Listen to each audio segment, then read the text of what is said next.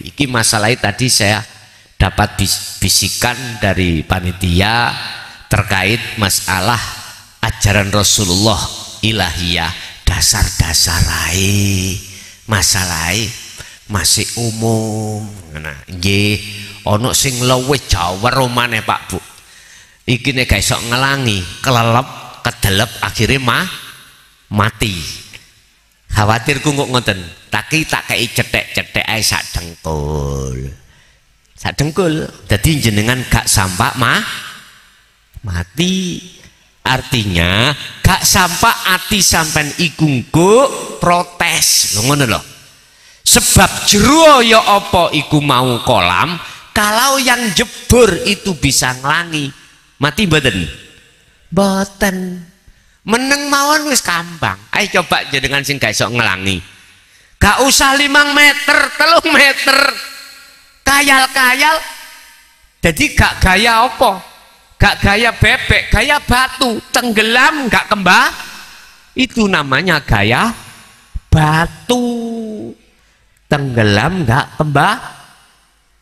Masih Anda kayal-kayal. Gerak-gerak. Gak tambah naik, malah tambah. Karena belum bisa berenang. Artinya Bapak Ibu semua ada proses. Saya membahas tentang dinut tauhid, ajaran Rasulullah di akhlak ilahiyah, harus ada proses dan mengikuti kondisi situasi. Makanya mohon maaf sing wis pinter ngelangi, ya lah, sing wis pinter ngelangi, sekali lagi mohon maaf kok pembahasannya gak terlalu ke dalam. Itu semata-mata karena kondisional. Biar saudara saya ini estu belajar untuk melakukan sholat dengan khusyuk. Carane mau Bu nggih? Mpun lali ati sampean sibuk no ngerasa no ngimani bahwasanya Allah di dalam dan di luar Anda yang menggerakkan jenengan ini, mulai jenengan takbir sampai salam.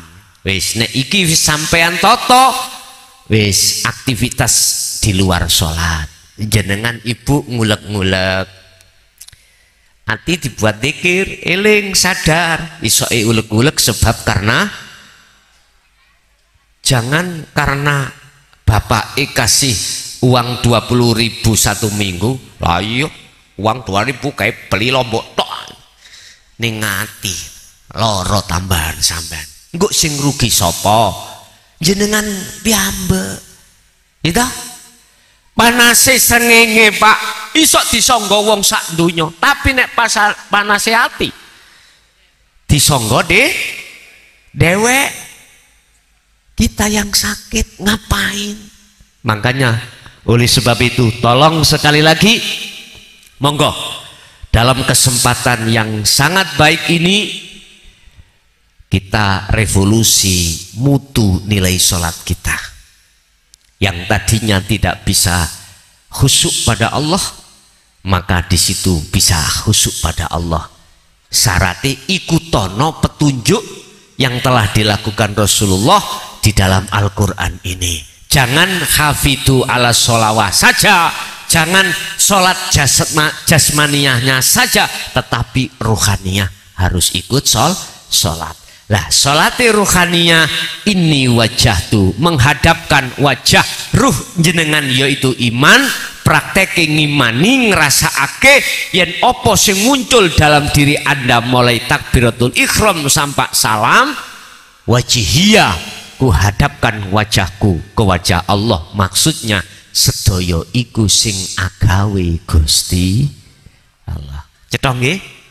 Pun walaupun ajaran yang seperti ini jarang disampaikan di tengah masyarakat yang asalnya, yang alasannya itu takut fitnah, maka masuk di dalam tahun 2014 kemarin sampai hari ini mboten nopo-nopo.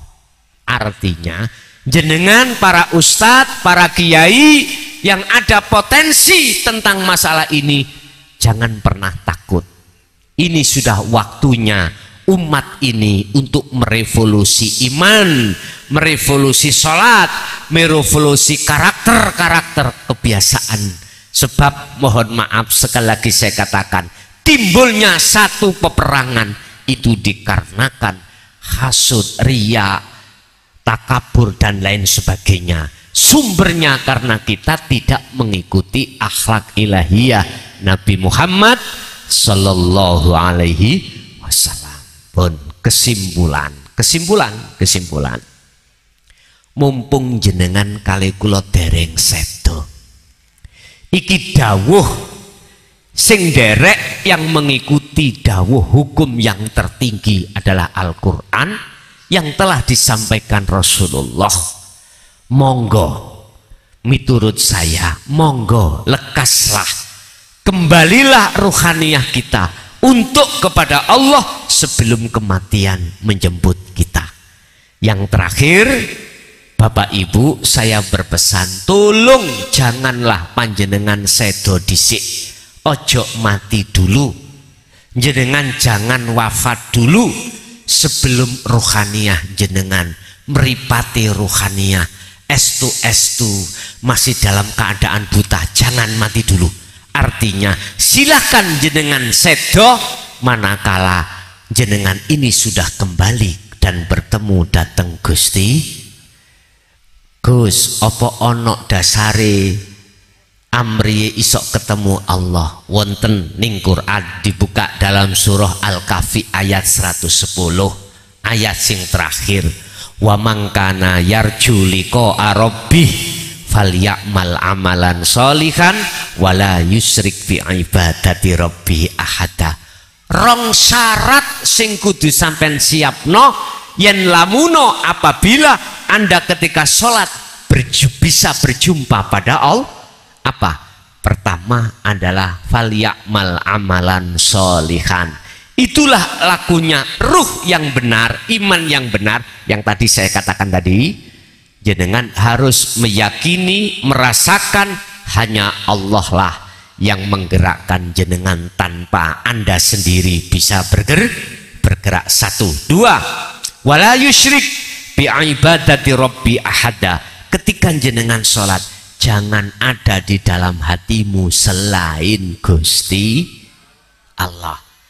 Carane sampean tidak ada selain Allah, fokus in dalam amaliyah tadi, zikir yang kumaksud, zikir rasa tadi, itu harus jenengan asah terus. Sebab nek niku mboten sampean asah, nyun sewu alimo kaya apa kita, nafsu akan masuk mengingatkan kita terhadap selain Allah. Sampun bersumpah, wal asri innal insana lafi husrin. Demi masa, kata Allah, aku bersumpah, banyak di antara manusia, innal insana, sesungguhnya banyak di antara manusia, iku lafi husrin, sungguh di dalam kerugian yang besar. Apa kerugian? Lalai terhadap Allah. Tiap waktu ben saat iku lali nang Allah. Kecuali illalladzina amanu wa amilus sholihati wa tawasau bil haq wa tawasau bis sabr. Satu adalah mereka yang beriman pada Allah, sing gerakno Allah, sing nyapo-nyapono Allah. Tapi tidak cukup beriman aja. Wa amilus ya dipraktek nih. Bentuk jenengan merasakan mengimani hanya Allah lah yang menggerakkan jenengan, itu wa amilus sholihah. Jadi itu harus gandeng. Makanya Allah ngancam, fawailul lil musallina alladzina hum an sholatihim, celakalah bagi orang yang sholat. Orang sholat yang bagaimana? Yang dalam keadaan lalai pada Allah. Wis, tolong iki kabeh ya Quran tak kembalikan dateng jenengan. Percaya nggak percaya itu urusan masing-masing. Terus tadi dari panitia mengatakan beat. Saya katakan beat di hakikat ini saya hanya menyambungkan talinya ruh sampai datang Allah. Bukan beat talqin secara torikoh. Torikoh zaman di beat dikir jahri siri. Tapi di hakikat ini sirul asror dan fana'u dzikri. Dzikirnya di situ. Dzikir yang menyambungkan talinya ruh pada Allah. Jadi maksudnya baiat di dalam hakikat ini adalah menyambungkan, tidak menjanji. Menyambungkan. Sebab tali ini ruh sampai kali gulo waktu anak kecil ini masih sambung pada Allah. Hablum minallahnya masih sambung. Alastu birabbikum qalu bala syahidna. Dulu jenengan sudah disambungkan Allah talinya ruh pada Allah, makanya selalu makrifat ruhaniyah anak yang belum balik. Tapi ketika masuk balik nafsu melebu medhoti. Lewat apa? Yaitu tadi dihadapkanlah kita buah khuldi. Kalau bahasa Nabi adab. Kalau kita kesenangan dunia, yaitu kesenangan nafsu kita. Lah mumpung durung, artinya kita masih ada kesempatan waktu. Monggo, ayo kita sambung, lalu kita amalkan. Sambungannya itu kita jaga lewat berbagai aktivitas hati, selalu berzikir datang Gusti Allah. Oke, itu Bapak Ibu apa yang bisa kami sampaikan untuk season kedua. Season pertama penjabaran materi tadi, tetap saya kasih waktu untuk tanya jawab ya.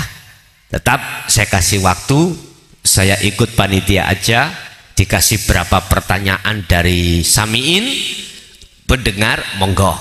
Khususnya tolong kalau bisa mempertanyakan terkait masalah materi kita pada malam hari ini. Materinya adalah kita tadi teladanilah Rasulullah dengan sempurna. Jikalau pertanyaannya itu di luar itu, monggo juga saya persilahkan. Cuma kalau bisa pertanyaan yang ada kaitannya dengan materi pada malam hari ini. Monggo barangkali silakan dikomando oleh panitia, kami persilakan.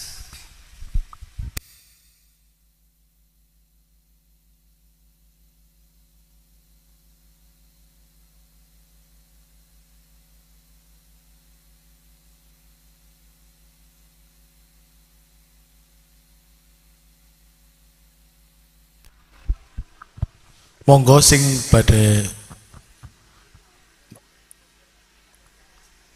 bertanya kali Guse harus semogakan. Barangkali ada yang mau tanya, monggo. Maju bae lah. Maju mawon anu mboten tuki mriku, Pak. Cik.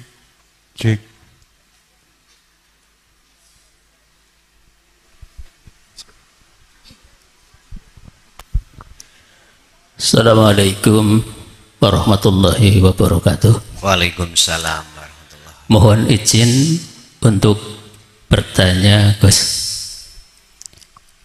Yang namanya ma'rifatullah, ngerti Gusti Allah, itu bisa ditempuh dengan dua jalan. Yang pertama ma'rifat bil ghaib, yang kedua makrifat bi khuluqillah.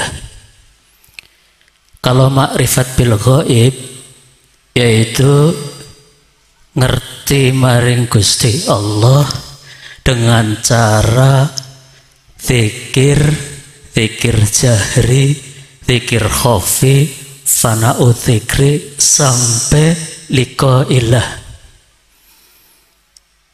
Terus yang dengan akhlak kepada Allah, meniru akhlaknya Allah, yaitu ma'rifat bi khuluqillah. Karena Allah Subhanahu wa taala berakhlak sangat mulia kepada hambanya hambanya tidak pernah ingin telinganya terus mendengar, tapi Allah terus selalu memperdengarkan telinganya.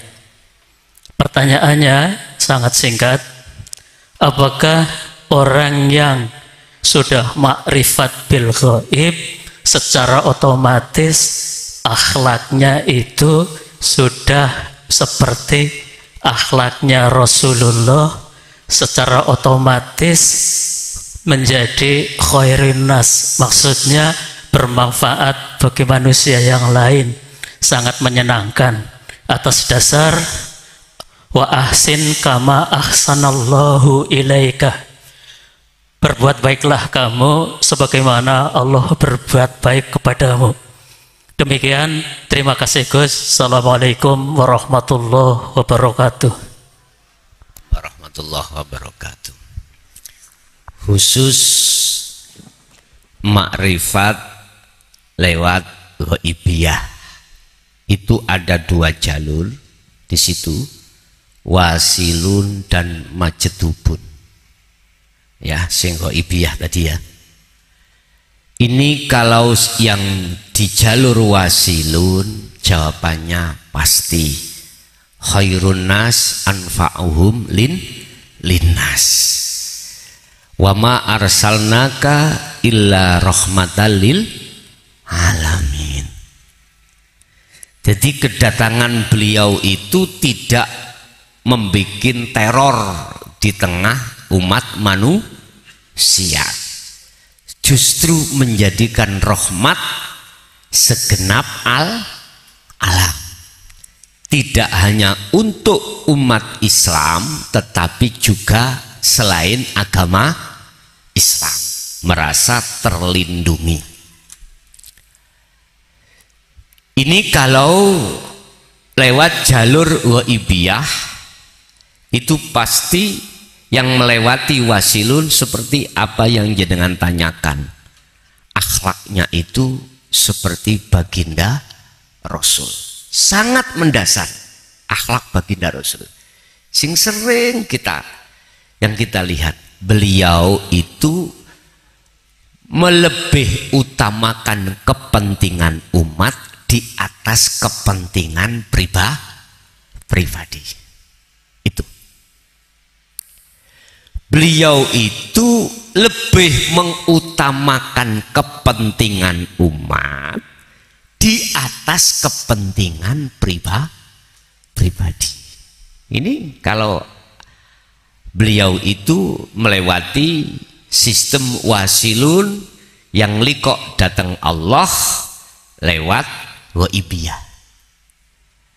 Bapak Ibu hadirin, lah yang kedua tadi akhlaknya pasti mencerminkan apa yang telah diteladankan Rasulullah. Rasulullah itu ora tutur-tutur dulu sebelum dia kasih contoh. Dia tidak mawaid terlebih dulu, tapi dia itu adalah laqad kana lakum fi rasulillahi uswah dulu, kasih contoh dulu. Artinya sebelum dia memerintahkan umat untuk sholat, beliau sholat terlebih dahulu. Beliau sebelum memerintahkan umatnya untuk sholat khusyuk, dia terlebih dulu melakukan sholat khusyuk terlebih dahulu. Itu Rasulullah. Sallu kama ra'aitumuni usolli. Lah, beliau mengatakan seperti itu, beliau sudah melakukan. Guru bahasa Inggris sebelum memulang pasti dia sudah belajar bahasa Inggris, ya sudah praktek baru mulang. Lah ono guru bahasa Inggris belum belajar bahasa Inggris, ya pekok akhirnya nanti gitu. Apa yang dibahas ya enggak ada, paling ya lepiu hanya itu. Masya Allah. Mohon maaf, estu sekali lagi mohon maaf. Betul Mbah ya. Jadi beliau-beliau akan mencerminkan terhadap akhlak Rasulullah kalau dia itu melewati sistem likok datang Allah ilahiyah, manakala di jalur wasilun bukan majedubun. Kalau majedubun, wah iki. Mohon maaf ya, sekali lagi saya mohon maaf. Kalau sistem majedubun itu sistem di mana tidak mengindahkan hablum minan nas, tidak mengindahkan hukum syariat. Akhirnya kita yang orang syariat yang tidak paham pasti mengatakan dzalikal dhalalatun. Nah gitu toh. Itu pasti ngongkon wong salat dheweke ora. Lah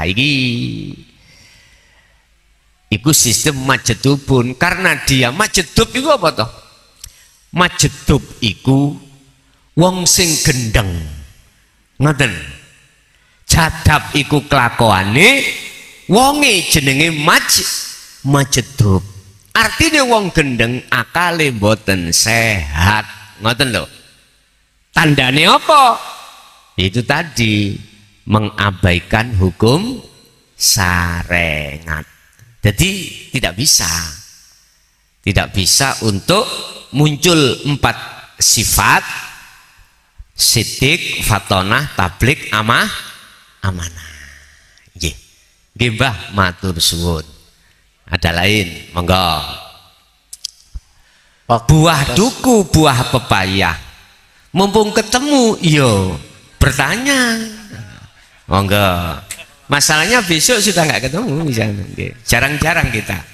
Nggih, monggo Pak. Enggak, wong kita sholat nih. Nggih. Lah kadang-kadang nggak khusyuk loh, jaminannya orang yang sholat tidak khusyuk kudunya masuk surga nggih. Terima kasih Gus. Assalamualaikum warahmatullahi wabarakatuh. Waalaikumsalam warahmatullahi wabarakatuh. Untuk sholat khusyuk apakah ada doanya? Ada. Apa doanya? Sing sering eling nang Gusti mboten diwaca.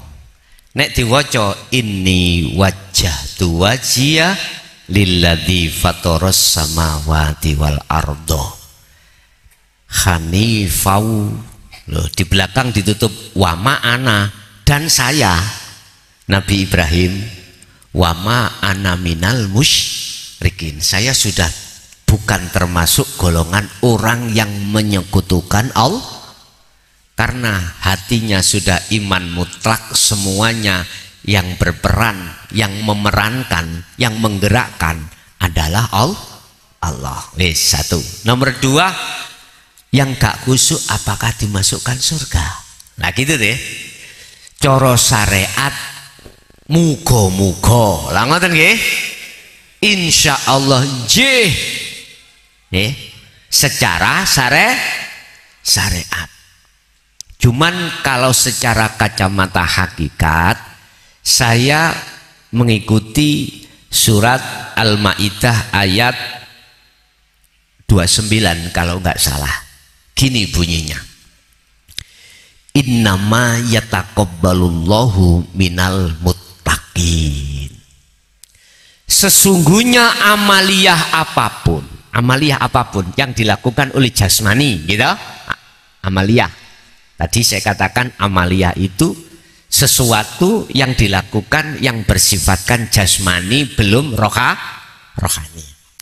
Sesungguhnya amaliyah yang diterima oleh Allah itu apabila amaliyah itu bersumber minal muttaqin, dari hati yang takwa.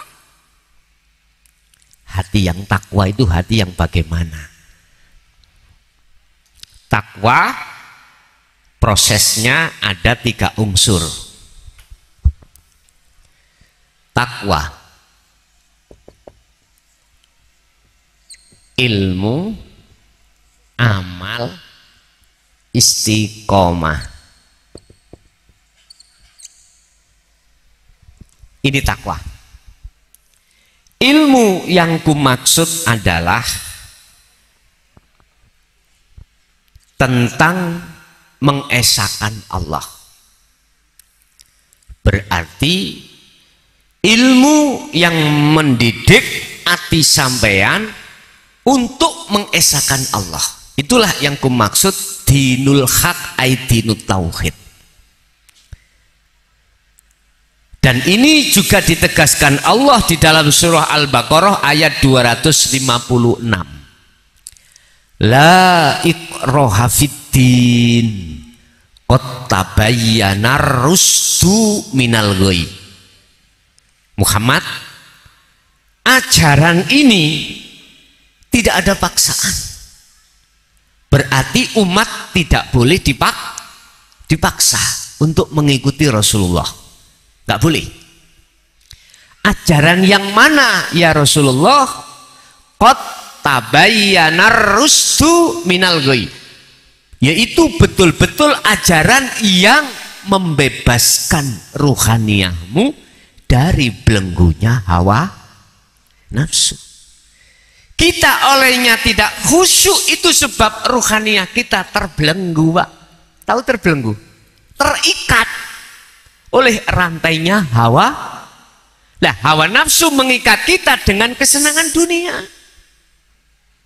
Secara logika, saya tadi di Mojokerto dirantai di Cagak, bisa nyampe sini? Tidak bisa kalau rantainya tidak dilepas. Kita nggak bisa sampai pada Allah manakala ruhaniyah kita dirantai oleh nafsu itu tadi. Inna nafsa la amaratum bisu. Nafsu mengajak selalu melalaikan pada Allah. Ini lah, itu yang kumaksud ilmu.